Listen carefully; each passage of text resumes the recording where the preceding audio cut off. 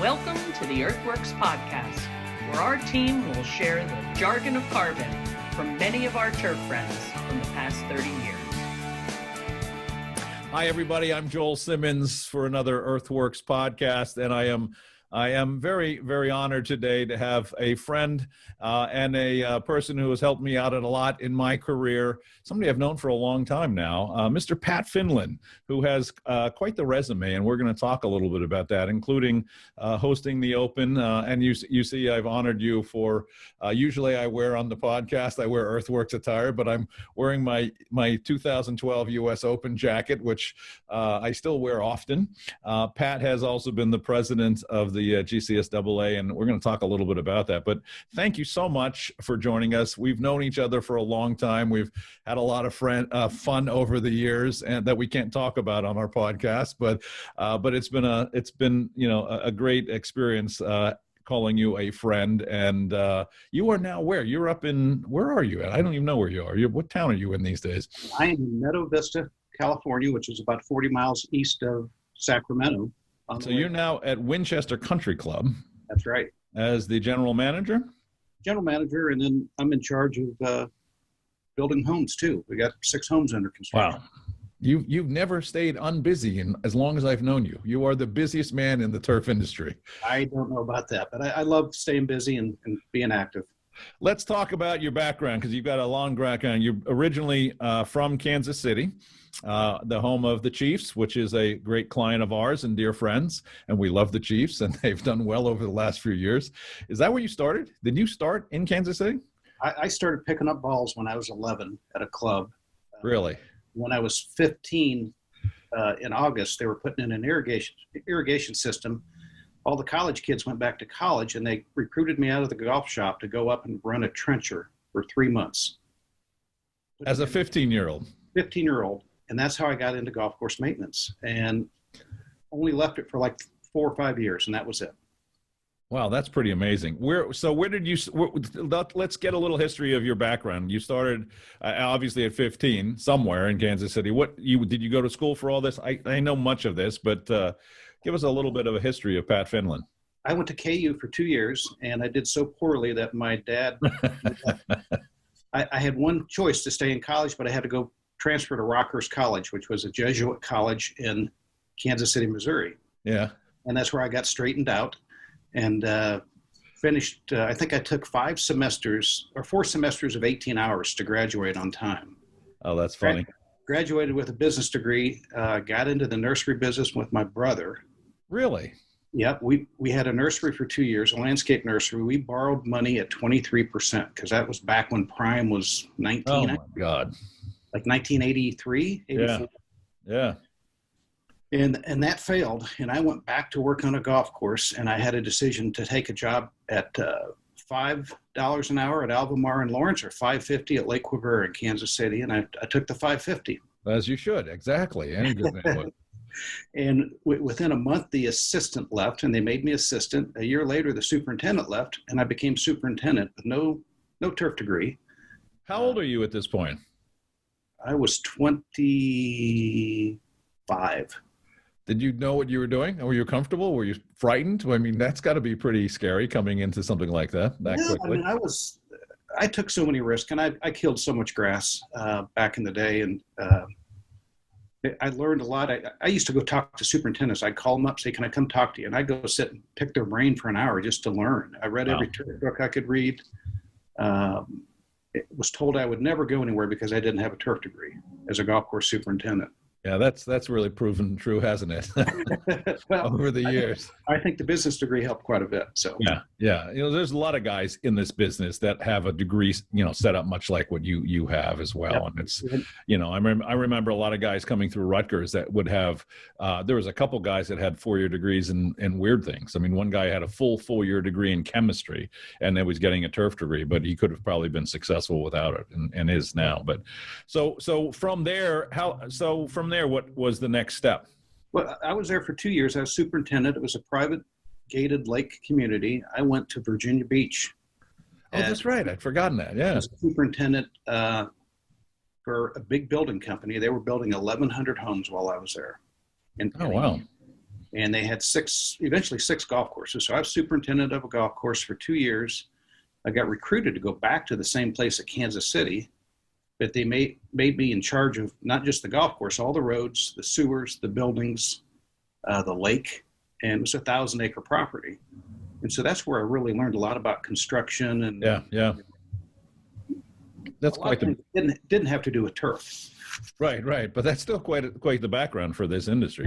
Yeah. And I was there until 1998, and then went to Fort Ord in Monterey, or outside Seaside. I think that's where you and I met, was down there.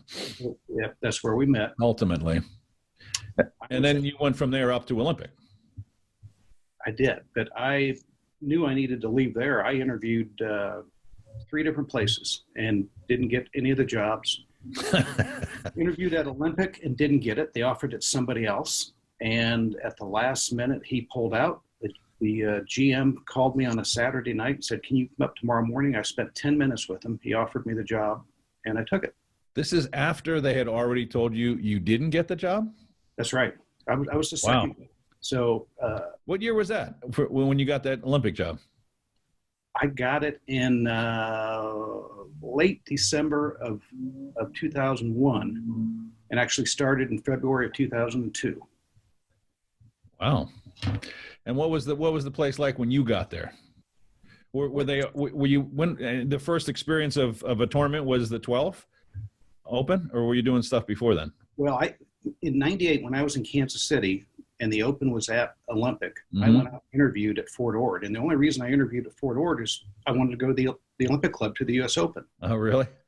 And I went to Fort Ord, got offered the job on the spot, told them I couldn't take it because I couldn't afford to live in California. And they said, "Think about it, go watch the Open." I did. Give us a price or a number. I gave them a number that I thought was high, and they took it right away. It's California. And that took me to California. And 3.5 years later, I was at the Olympic Club. Wow. That's quite the story, just there. So let's talk about the Olympic Club, an unbelievable property. I don't know that everybody knows the scope of what the Olympic Club is all about. I don't even know if they know how many holes are on the Olympic Club. Most everybody knows, the tournament side, but talk to us about what the Olympic Club is.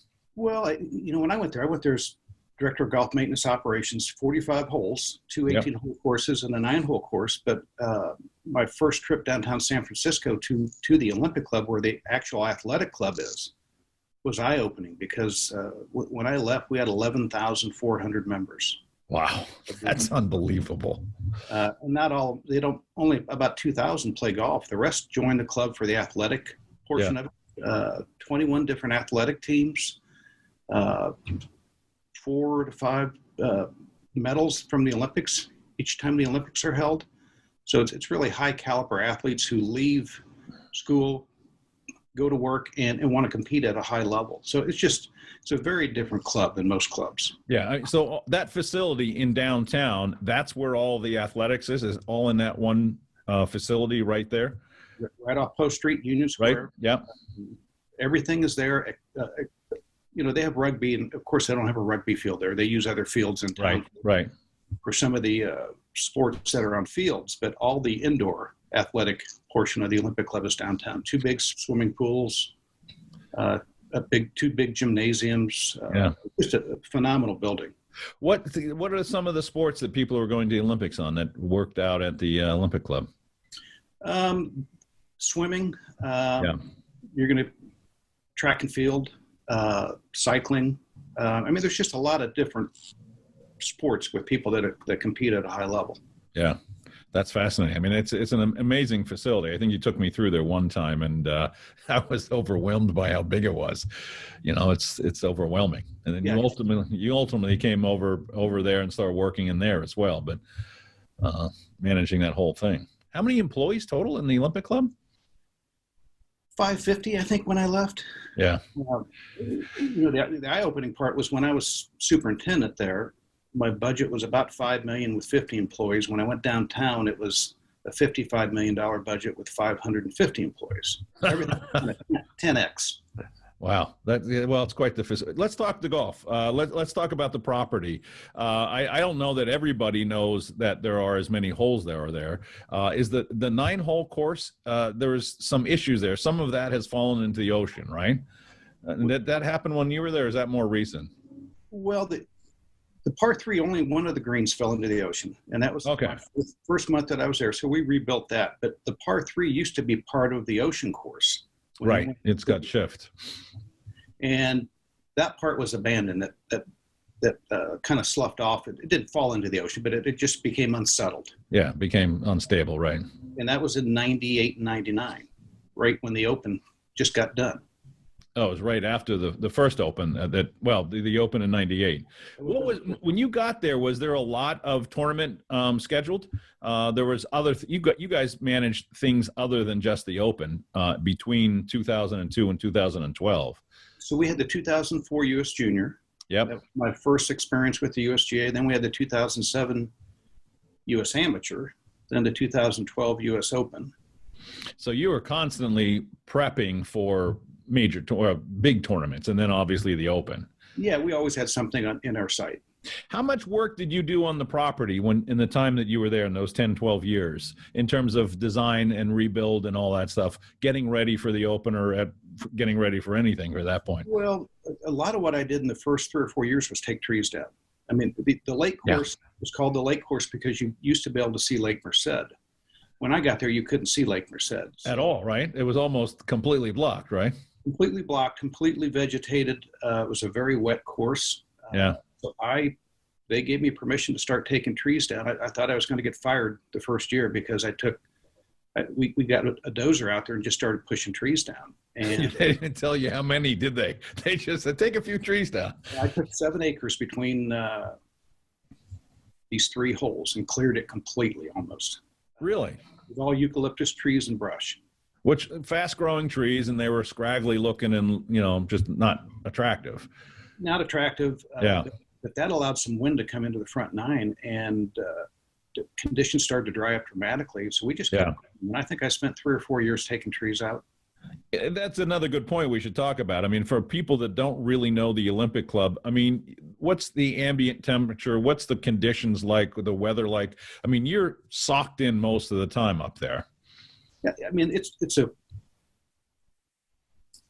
lake course is probably a quarter mile from the ocean, so it's continually foggy, very cold, very damp. A normal day is probably 62, 63, 64 for the high. I remember I used to live in Half Moon Bay, and I would drive home along the coast, and we went 11 weeks once without a day of sunshine, a full day of sunshine. Really? And so I would start driving home inland just to see the sun because I wouldn't see the sun at all. Yeah, right. And I left there one day, it was 62. 10 minutes later, I was on 280, it was 102 or 103. Yeah. I think it was your place, but I remember a couple of times coming up to the Olympic Club, or certainly one of the clubs in your neighborhood, and it was in the 50s, and I'd been driving all around the Bay Area, and it was 100 degrees. I'm literally in a golf shirt, and I get up there, and I'm just dying. And I don't know if it was you or somebody. I had to go and buy a wind jacket just because I was so bloody cold because of the difference. And this was literally a 10-minute drive between what it is. I don't think a lot of people understand the depth of that change in that Bay Area. I mean, you and the San Francisco Club, Lake Merced, all the clubs that were right around you, all dealing with that heavy fog, dew, and cold temperatures. I mean, it must have caused a lot of agronomic concerns and changes in what you had to do.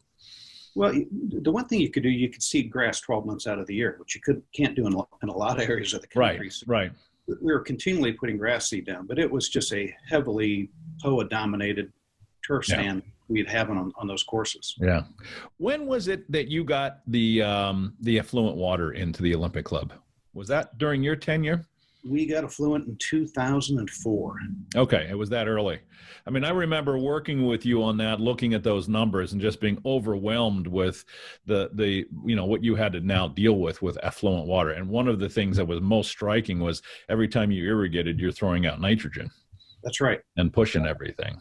Very nitrogen-laden water. Yeah, I mean that's a hard thing to compensate for because you can't take it out. So you probably weren't putting a whole lot of nitrogen out at that point. Not a whole lot, but you do supplement. But You have to. It was water that had a little bit of nitrogen, and you don't water a lot, but you still have to water. You still have to irrigate. Were you under any kind of state or other mandates for pest control or anything? Did you have? Were you being mandated in any way? I know some of the courses in the Bay Area, are pretty restricted. But were you guys fighting any of that stuff? We were not, and the Olympic Club actually sits in San Francisco County and San Mateo County. So you're between the counties. I didn't know that. Well, not between them, but on top of both counties. Yeah. You've got the club was split. Yeah, so you'd have sometimes San Mateo County would have some enforcement on issues, but San Francisco County would too. And we were basically, from a pesticide standpoint, under San Francisco County. Okay, so most of the grass was in San Francisco? Or at least that's who controlled that? Well, the clubhouse was in San Francisco, so that's why it went to San Francisco. That's interesting. So let's talk a little bit about the Open. I was privileged to actually be there and had the opportunity to actually be a sponsor, and I remember you gave me a day, and it was quite an amazing experience for me. I mean, I was still a fairly young guy in the business, and I was feeling pretty impressed with myself at that point. But you guys must have gone through an awful lot getting ready for that. Were you doing a lot of design work or construction work getting ready for the Open? Had you done a lot of that kind of stuff? Well, for the U.S. Amateur in 2007, we added a lot of tees. Mike Davis from the USGA came out, and we added rear tees on, I think, 4 or 5 holes. The Amateur came through, and those young guys tore the course up because they just hit it so far. So we added more tees for the Open in 2012. But we added those about a year before. The one thing we did add, I think it was about a month and a half before the Open, we added a fairway, or not a fairway bunker, but a bunker on the 17th hole on the right-hand side. Yeah, I remember that. Over the green.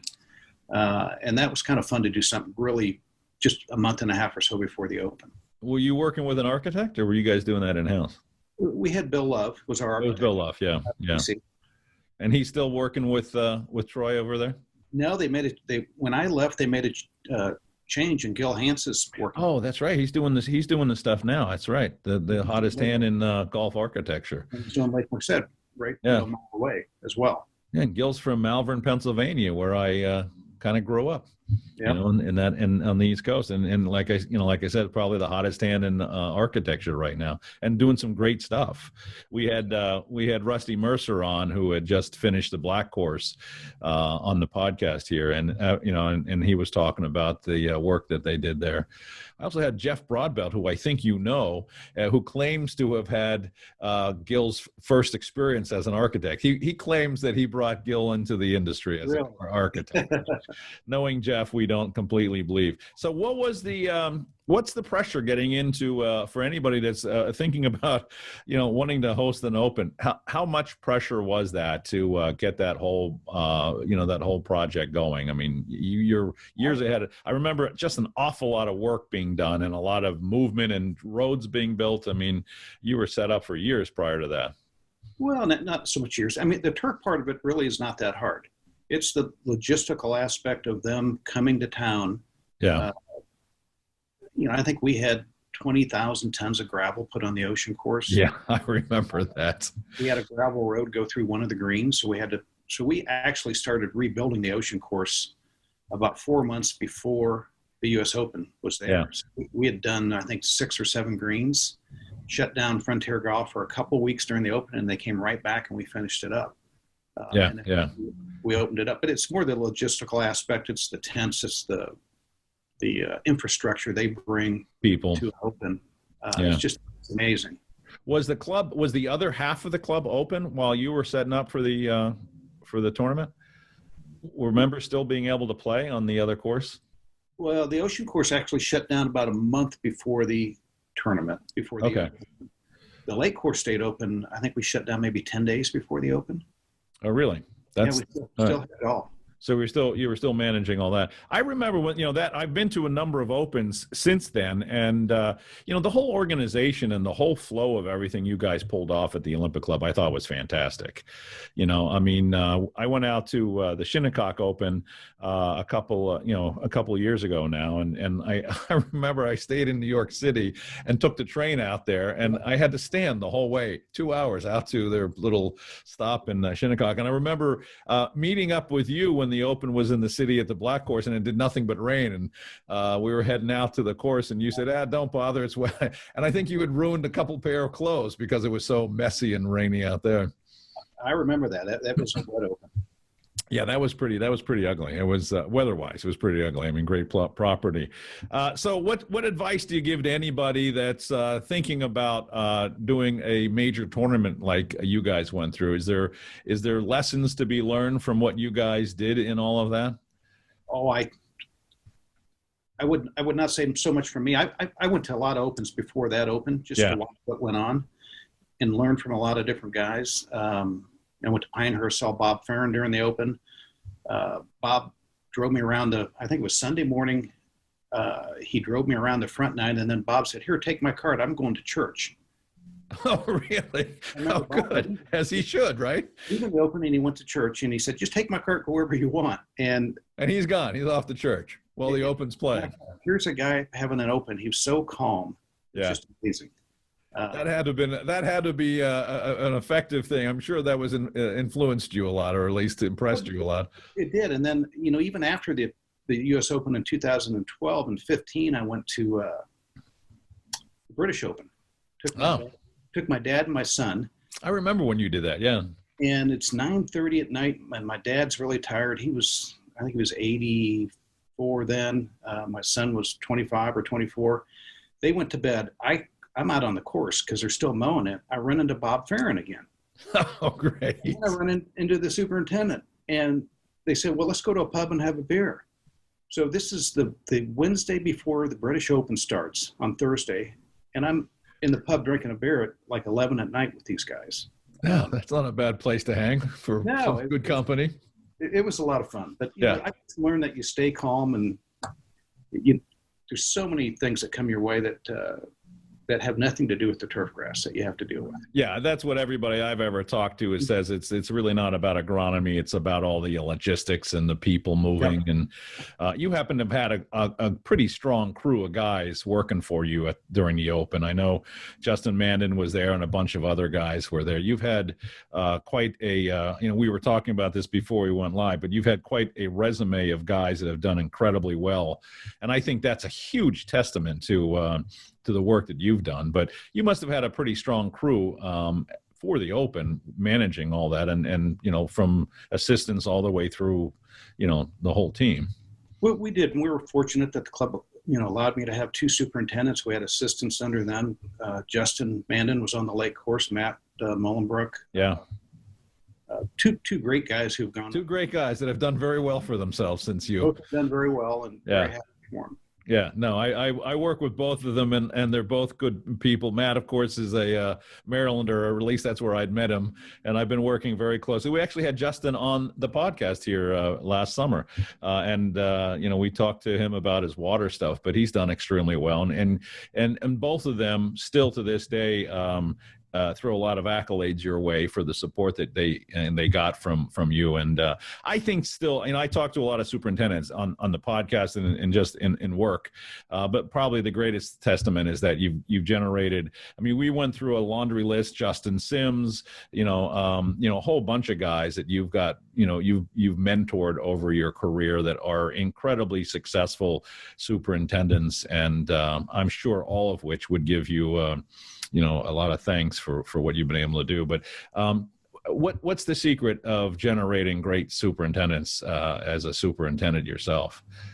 Oh, I think you hire the right people. You put a lot of trust in them. I learned from each and every one of them. I mean, way more than they probably learned from me. It's just amazing when you turn somebody loose and you give them the tools to manage a piece of ground, and you watch them do it, and you watch them mature, and you watch them go on and take on another great job.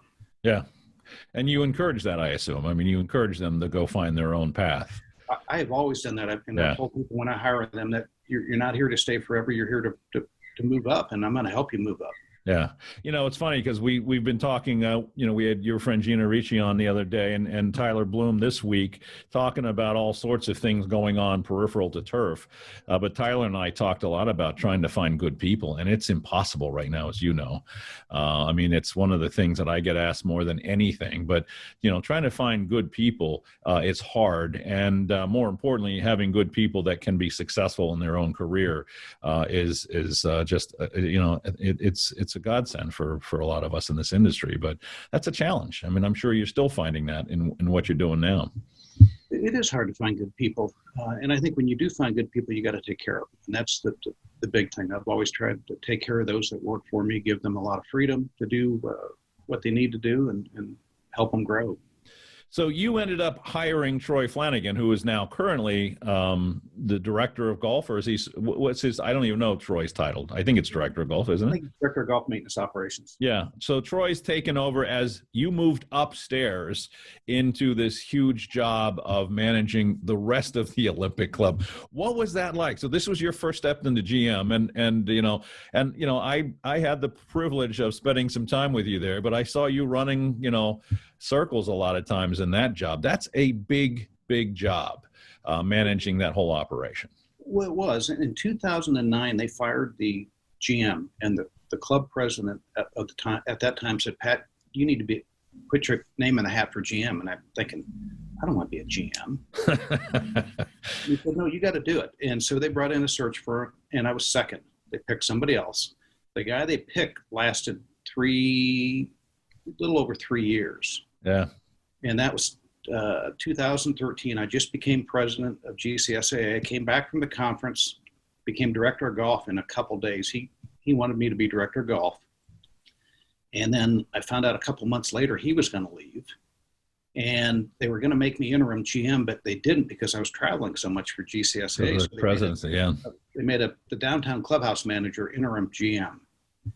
A month later, he took a GM job somewhere else in the Bay Area. So they made me interim GM in, I think it was August. And then I eventually became GM in December of 2000. Oh, so you were actually given that job while you were functionally the president of the GCSAA. I was, yeah. I thought that came in after you had left the presidency. No, so you're right. You're juggling all those balls at once.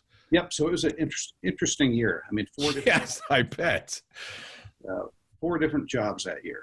Well, tell me about the job as GM of a club that size. I think a lot of superintendents get asked, to step into that role. And I know, obviously, we know a lot of guys that have come out of the ranks into GM. Our dear friend Glenn Smickley, who has been GM now for a number of years now at the Cal Club. But what's it like? Was it?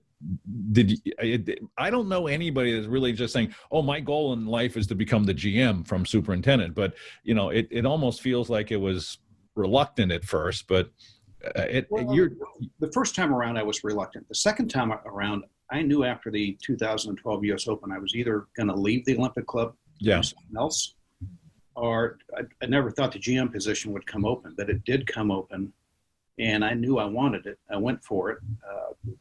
Most guys that are superintendents that become GMs, they just move from the maintenance facility to the clubhouse. For me, right. I had to leave the golf property and go downtown. Yeah, completely different. Yeah. Yeah, and it was a 35-minute drive from home to the golf course. When I went downtown, it was about a 50-minute drive. Yeah. When I through the traffic of San Francisco during peak San Francisco years. Well, when I left, it was an hour and 10-minute drive downtown. So I was spending 2 hours and 20 minutes in the car every day. Yeah, a lot of people don't know, that whole cycle. I remember when I first started coming out to visit you, the first tech boom was happening and traffic was nuts. And then that bubble kind of burst and traffic became kind of easy. And then it just went through the roof right about the time, I guess, you were doing your trek into the city on a regular basis. And it's sometimes nuts trying to get around San Francisco.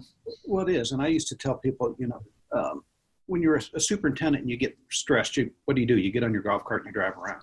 Right, exactly. So I didn't have the golf course to do that. So when I got stressed, I would go walk downtown San Francisco. Oh, there you go. But my last year there, it was so depressing because of the tents on the sidewalks and all the other stuff going on. And I knew 6 to 8 months before I left the Olympic Club that I wanted to leave. Yeah, that's I can understand that. But talk to me about what that job entailed. I mean, that's a big job. Like you said, you had a ton of people, a big budget, a lot of responsibility. What was the day-to-day like as the GM of the Olympic Club in San Francisco? Well, I'd work Monday through Friday, and sometimes I'd go in on Saturday, sometimes on a Sunday. My Friday was at the golf course always. So the first 4 days it was at the club. We had 22 committees. Wow. I didn't go to every committee meeting, except in January, I would go to every committee meeting with the club president. So it was a day full of meetings, 4 days a week, Monday through Tuesday. I had an executive assistant who scheduled me. So she scheduled everywhere I went for me, every meeting I went to. Cindy Passanisi, great gal. Really enjoyed working with her. So it was a very formal day. I wore a suit every day to work. I remember that. Except when I went to the golf course and I had a sport jacket on. So yeah, but it was an exciting time for me. I mean, I negotiated the 2015 4-ball contract, negotiated the 21 Open, the Women's Open that's there in about a month. Negotiated that contract. Negotiated the contract for the 2025 U.S. Open, the 2028 PGA, and the 2032 Ryder Cup. So you jumped into the PGA. That was under your tutelage. It was. Yeah. It was mostly a club president who wanted to have the PGA and the Ryder Cup. What's the structure of the Olympic Club? Is it? I mean, you talked about the president. Is this what's the actual structure of the club itself? So you had 12 board members. 4 get elected each year. Their final year, their third year, they are all officers. So you have a new president every year. So after 3 years, I had 12 new board members that didn't hire me. Oh, wow. And that's when things start to change a little, and they get a little more dicey than the first 3 years. That would be true almost in any position in this industry, isn't it? When the board changes or the president changes. Yep. Did you report to the president as the GM? I did. I reported to the president. So a new president every year. Each one's very different from the other. Some wanted you to call them every other day. Some didn't want you to call them until you needed them. How did you manage that president? I mean, having to have a change every year, what kind of advice can you give anybody to deal with that kind of change? Because a lot of guys, even as superintendents, are dealing with that kind of change at a club, at the club level. Well, you've got to be open to change because they're all different, and they all have different management styles. One president took a sabbatical from work, and they have an office in the club right down from me. So he was there all the time, which was kind of a pain. Yeah, I bet. If the others that kept their job and went to work, it was great because you didn't see them as much. Right. It's a big job for them to be president of the Olympic Club. It takes a lot of their time, a lot of effort. So I commend them for what they do. And this is a volunteer position, or I mean, it's a totally volunteer position. Yeah. The good thing was the 4 officers, we would go to the PGA each year. We'd go to the U.S. Open. If we could get to the Ryder Cup, we'd go to the Ryder Cup. So we got to do a lot of traveling, which was kind of fun. Yeah, you've certainly done some traveling over your tenure. Certainly as long as I've known you, you've been on an airplane many times. We've run into each other in a lot of different places across the country. We have, except for the last year. Yeah, exactly. Nobody's done anything in the last year. I think I was telling you this. I've literally been in this box for a year, and I'm going nuts. But I'm finally vaccinated and got the bill of health from my doctor saying I can get out. So I'm going to start to. I booked my first flight last week, so it'll be. Hopefully, we'll get back to normal. I think for about 8 years, I traveled 100,000 miles a year. Yeah. And last year I took 2 flights, and I really don't miss traveling anymore. Yeah, it's funny. I mean, I'm getting a little antsy, and there's a lot of folks that I do want to see, like Pat Finland and other folks, but and I miss that. I miss the camaraderie, and I miss the times that we've had together, and I miss seeing the properties that I've been able to see, and I'm sure you feel a lot of the same. I mean, you've seen as many courses as I've had over the last 10, 15 years, but and that's unfortunate we don't have that that kind of camaraderie anymore. But, getting to this point in life, traveling as much as you and I have over the years, it's not easy. It wears on these old bodies, and the liver and other things as well, as we found out. Let's talk a little bit about your tenure as the president of the GCSAA. You were doing that. So you were actually president the year after the Open. So you were on the board since 06, and then president in 13. That's got to take an awful lot of time and effort out of you. I mean, talk about what the demand is on that whole position. Well, before getting on the GCSAA board, I was president of the chapter in Kansas City, then president of the chapter in Northern California, president of the state chapter, and I was always highly involved in whatever chapter I belonged to. I ran for the board, got on it, and I give GCSAA credit because it helped develop me into time management skills that I never had before. Yeah. Because you have to manage your time so well. Yeah. The year we had the Open, 2012, I was vice president, and I traveled a lot that year. As vice president. Yeah, even with the Open. But you learn so many skills from some really talented people that are on the board and past presidents. It's just a great experience for anybody to do that. Yeah. So talk about that. What's the demand? What is the, I mean, you traveled an awful lot, but what is the actual function of a vice president and then ultimately the president? I mean, you were doing a lot of running around. Were you going to all sorts of association meetings? I mean, what is the day-to-day or the year-to-year, month-to-month of a president? Well, you're going to go to the Masters, where you have meetings with the PGA and the USGA. You're going to go to the US Open, where you have meetings. Again, you're going to go to the PGA that year. There was international travel. My first trip to Ireland was for GCSAA. I went to China, went to Korea. Really? I didn't know you went to China for them. I went to China, to Beijing. And Korea. Yeah. And then Korea was not part of GCSAA, but just after GCSAA. I went to Europe probably 3 or 4 times. You go to the BIGA conference as well. Yeah, yeah. The Canadian conference. So there's a lot of representation of the association at different events. You meet a lot of international superintendents. Just a great experience. Are there official functions when you go to these events as the vice president and president? There are. Yeah. You'll represent the association at a lot of different events. You do a lot of speaking at different events. So you're on the road a lot. It's a very demanding position. So you were doing a lot of speaking. You were doing conferences and talking in front of large groups at some of these events. Yep. Talking about the association, is that the conversation? Yeah, mostly about the association, the direction of the association, some of the issues. For so many years we talked about how to grow the game of golf, and who would have known that we grew it with a pandemic. Right, exactly. How about a pandemic? Since Tiger Woods is not playing much anymore, we got a pandemic to help us out. Are we going to be able to take the pandemic and ride it? I mean, in the momentum that golf has had, will the GCSA be a part of that momentum swing? Will they help us keep that going? Oh, I think so. I mean, I think a lot of what people were looking at in golf, some people say, hey, we got to have a bigger hole. We got to have this. We got to do this. And none of that applies anymore. So I think there's going to be a big reset with golf. Yeah. I don't think it'll stay as strong as it is right now with the pandemic, but it's going to stay, probably 80-85% of what we're having. I mean, you think about it. I mean, there's an awful lot of people that have played golf in the last year that haven't ever played golf before, or kind of gave it up years ago and are now getting back into it. And I'm not convinced that we're ever going to go back to corporate America where everybody's locked in an office every day. And, I mean, a lot of people are, going to be working from home. And those are the guys that are out there, the folks out there getting on the golf course and playing. Well, I think with a lot of these, and I don't want to just say men, there's women too that exactly learned how to work from home. Yeah.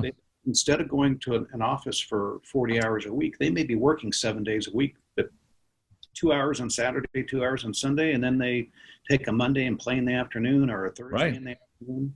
I was talking to one guy and he said, I'm home too much now. My wife wants me to leave. I have that problem. Because I go play golf. Right. Get out of the house. I come to my little office and just hang out here. I mean, that's kind of what, it's funny you said it, because I've had that same conversation with an awful lot of people. And, it's funny, as a business owner, when I remember vividly when I started this company, I had left a 40-hour, a desk job, essentially going into an office in a suit and tie every day.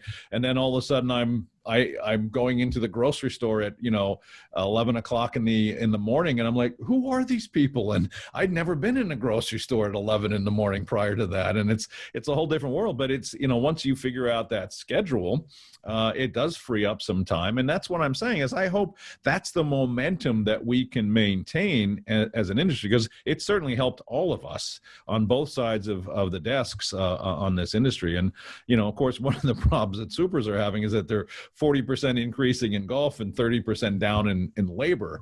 But the momentum, I think, is valid. I mean, it's truly taken this thing on. Well, and it's brought new money to a lot of golf courses. Yeah. Oh, yeah.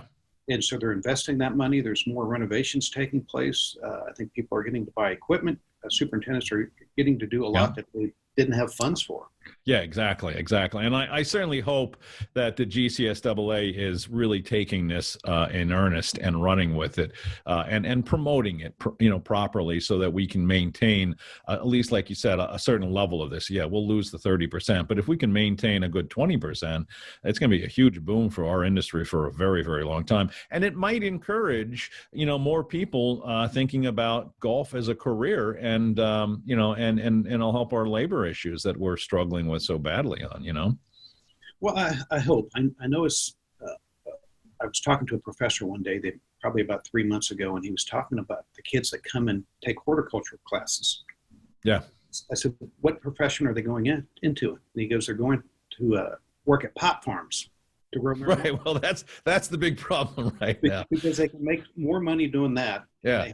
And that's what they're interested in. Well, yeah, but it's not so much that they're interested in pot, but it's more of a 40-hour work week instead of a 60, 70-hour work week outside. Yeah. And it's funny, because that's what we were talking about with Justin Bloom, is that the whole industry has to change to accommodate a new labor force. And yeah, we've actually had a gentleman on here that we interviewed that is managing a cannabis operation, and they're booming. I mean, and as soon as the federal government flips that switch, that industry is going to go through the roof. And yeah, a lot of people are going to look at, plant growing in a different light, and it won't be on a golf course as much.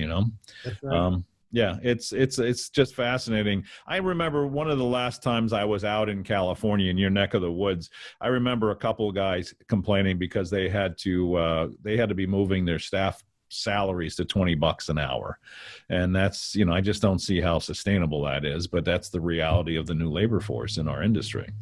Well, at the Olympic Club, that's a union staff there. Yeah. They're probably $25, $26 an hour now. Yeah. Yeah. And that's every employee on the staff. Yeah. That's crazy. Let me go back to you as the president. I mean, the time commitment that you had, I mean, one of the and I don't know if this is really true, but I'll let you kind of broach this. But one of the shticks about being the president is that you become president and then you get fired because you're never at your property.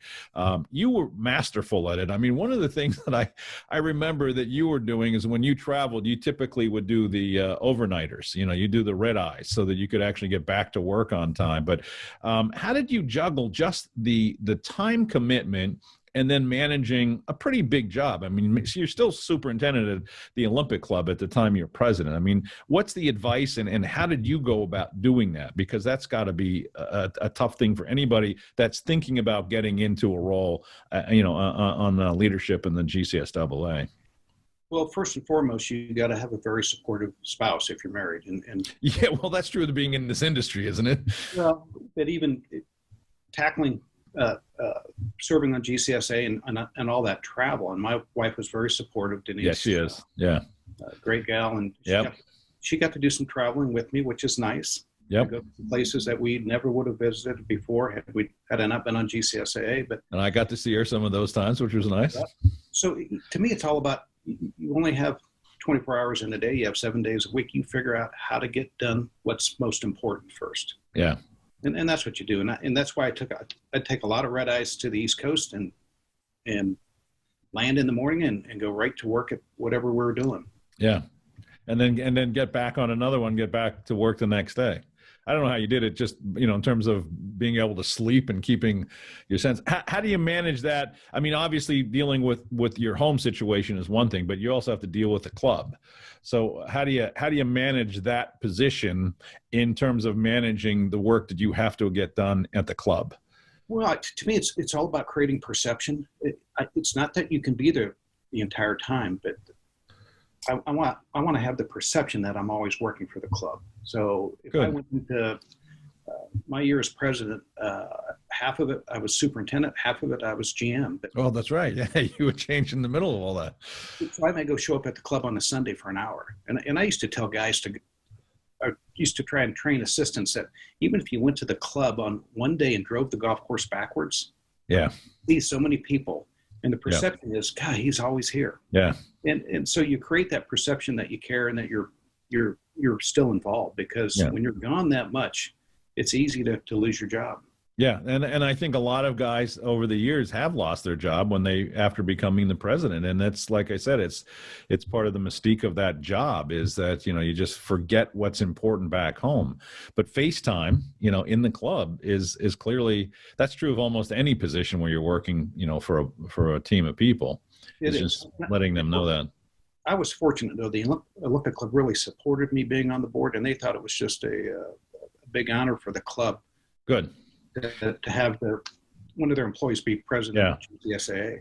I assume you would promote that within the leadership of the club. I mean, that's got to be something. If somebody is thinking about moving into one of these roles, promoting the idea of this is an honor for our club that I'm doing this work has got to be a big piece of it. Absolutely. Yeah. I mean, you and I both know a lot of guys that have struggled with the time commitment on this, and it's probably not getting any easier, nowadays with, where we are with families and our jobs, but it's such an important role that you took on. What kind of things did you do as president? Did you change anything radically that you can brag about?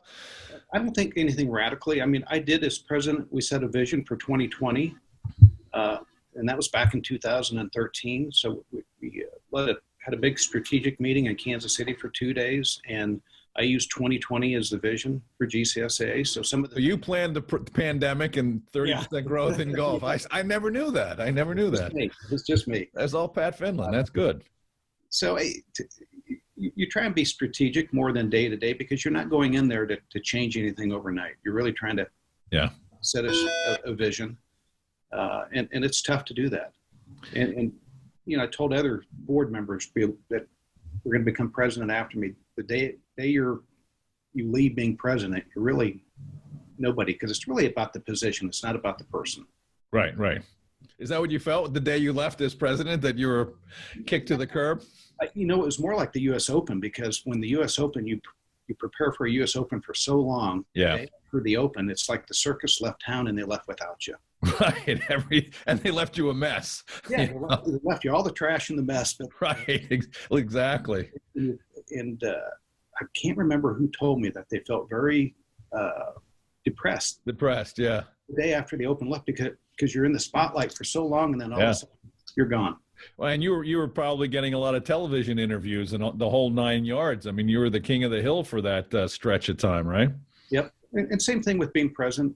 The day after you're done being president, you're really not. It's really about the position. Yeah. That's all ego, but I'm sure it's got to be pretty depressing. How much work was there after your Open? I mean, I remember being on that property, and you had all of those stone roads that now had to be removed, and then you and I had talked a lot about it at the time about how do we get the place back into golf shape again. But you had a lot of stuff to just get out of the way before you could even think about grass. Well, we did, and the Opens ends on Father's Day. We started rebuilding greens the next day. Yeah. We're rebuilding the whole course. It was sometime in mid-July, I made the decision to spray the entire course with Roundup and kill everything. Start all over. Yeah, I Well, remember because that. we knew when the gravel went out of there and we seeded with ryegrass, we'd have bright green ryegrass roads. Right. So Yeah. I made the decision. We killed the entire place, reseeded it, and we opened up September 11th. So it was more work after the open than it was before the Yeah. You were involved. I mean, Troy has built one of the most spectacular facilities, maintenance facilities in golf right now. But you were involved in at least helping him with that, right? I was. When I came there in 2002, the maintenance facility was abysmal at the Olympic Club. Yeah, it was pretty bad. It was horrible. And we made some improvements over the years. I tried to get a new facility.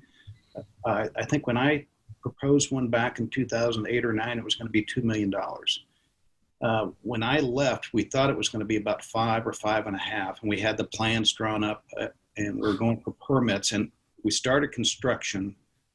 I left in April of 19. Construction has started. Troy moved in probably, I think it was 6-7 months ago, and it ended up being an $8.2 million maintenance facility. Wow. But it is phenomenal. It's a beautiful place. Yeah, I unfortunately haven't seen it yet. I know Kevin Hicks was out there not too long ago, and he told me it was phenomenal. But I just remember all those years coming to visit you, and we'd go into your trailer, and all the guys, all your assistants were down the hall in the trailer. And, Right. and, yeah, I mean, here we are at the Olympic Club. I'm sitting there, I'm at the Olympic Club, one of the coolest places in the country. And I'm meeting Pat in his trailer. And you were in the trailer the whole time you were there? Yeah, I just got a new trailer after about 10 years. But Yeah, they upgraded your trailer. How nice of them. I got a new double wide. Yeah, exactly. Yeah, that was, and now of course it's apparently spectacular. And I'm again, one of the first things I'll do when I get out there and can actually travel again is go to see that place. But I've heard nothing but great things. I have not seen it. I think it's been probably a year since I've been back there. So I'm going to go in the next month and see it and see Troy and the game. Will you be there for the Women's Open? Probably not. I don't think they're going to allow spectators. Oh, I didn't know that. I did not know that. I know that.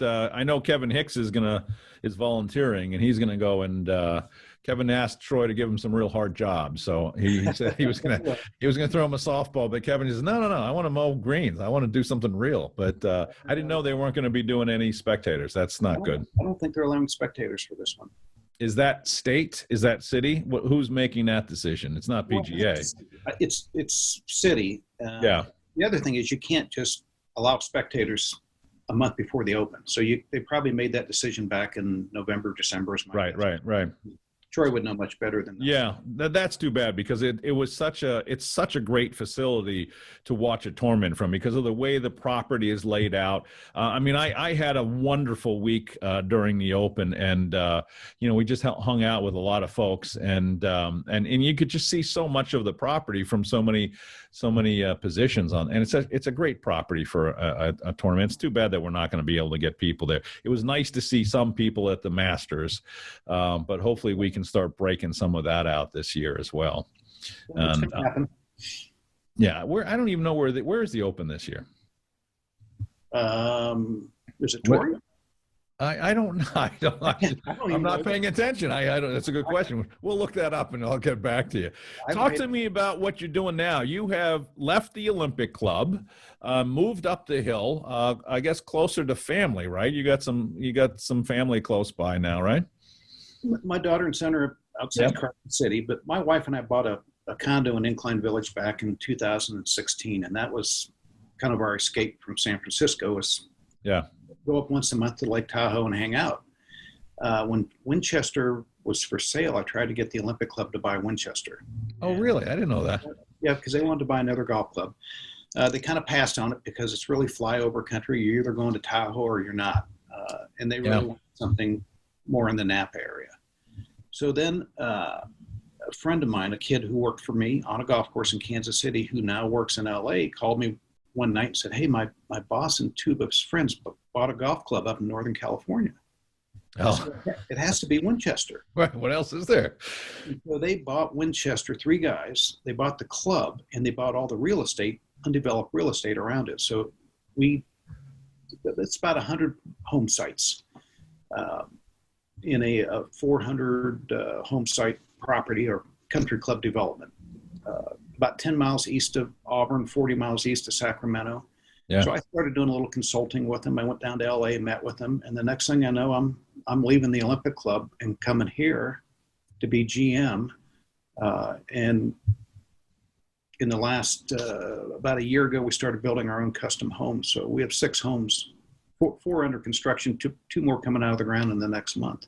Oh, that's nice. So it's been pretty. You've been able to get supplies to build homes. I mean, that's almost impossible. It is hard to get some. Yeah. Are you GCing all that stuff? No, we have a guy that is doing the GC for us, but I get to go out every day and see the work on the new homes, and it's been a blast.